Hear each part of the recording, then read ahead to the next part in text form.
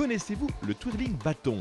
Créé en 1978, reconnue depuis 1985 comme une discipline à part entière, elle est pratiquée dans le monde par 3 millions de personnes. Nous sommes aujourd'hui à Crosne, dans le nord de l'Essonne, pour le championnat départemental de twirling bâton, qui a lieu donc ce 1er et 2 février. C'est le premier tour des compétitions nationales, c'est-à-dire que c'est vraiment le championnat qui débute la saison sportive. Les athlètes sont à l'entraînement depuis septembre et aujourd'hui est la première fois qu'ils vont tous sortir leurs solos, les duos et les équipes. Alors pour ceux qui ne connaîtraient pas le twirling bâton, c'est un sport qui peut s'apparenter dans une certaine mesure à la GR. Donc c'est un mélange de gymnastique, de danse, d'interprétation et surtout de maniement de bâton. C'est acrobatique et ça demande beaucoup de dextérité puisque le bâton est en métal. Et quand il est lancé à 10-12 mètres de haut et qu'en dessous on fait illusion, roue ou des choses comme ça en termes d'acrobatie, c'est vrai que le retour peut être des fois un petit peu compliqué.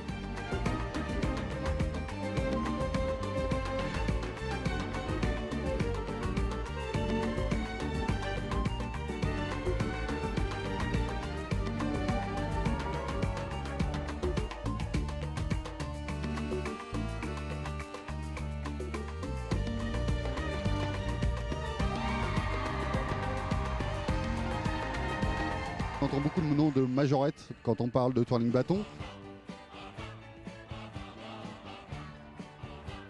C'était le cas dans les années 70.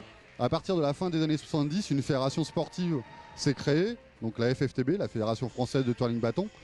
Et quelque part, à un moment donné, pour se démarquer des majorettes, puisque on parle effectivement vraiment pas du tout de la même chose, puisqu'on parle d'un sport en intérieur contre une activité ludique en défilement, on a axé le twirling bâton à fond sur la compétition. Les athlètes vont évoluer en solo sur des musiques allant de 1 minute 30 à 2 minutes 30 suivant la catégorie. La musique doit être en adéquation avec ce qu'ils font. C'est vraiment là où on rentre dans l'art de la danse, la raison du déplacement et ainsi de suite. Les chutes sont fortement pénalisées, de la même manière qu'en GR.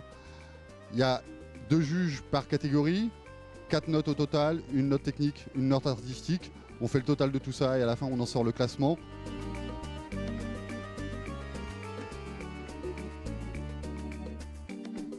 Le twirling est présent en Essonne à travers 7 clubs, 4 je crois dans le nord Essonne, un à Lys, un à Balancourt, donc là on couvre à peu près le centre, et donc en Gerville dans le sud. Retrouvez plein d'infos sur le twirling bâton sur le site internet de la Fédération française, fftwirling.fr.